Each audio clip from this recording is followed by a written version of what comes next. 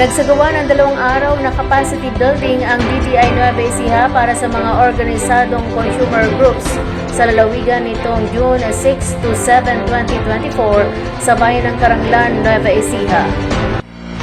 Layunin ng aktibidad na palakasin pa ang mga opisyal at miyembro ng mga lokal na grupo ng mamimili upang maging epektibong tagapagtaguyod sa komunidad at ang pinatinding panawagan para lalong maprotektahan ang public consumers. Dinaluhan ito ng nasa 25 na organisasyon ng mga mamimili mula sa lalawigan na organisado na ngayon at patuloy pang dumarami. Sa katunayan, umani ito ng positibong tugon at pagsang-ayon sa mga mamimili dahil sa ipinakitang pagsuporta at pagtulong sa kanila ng ahensya. Anila mayroon na silang maasasandalan sa oras ng pangailangan na handang gumabay sa kanilang hanay.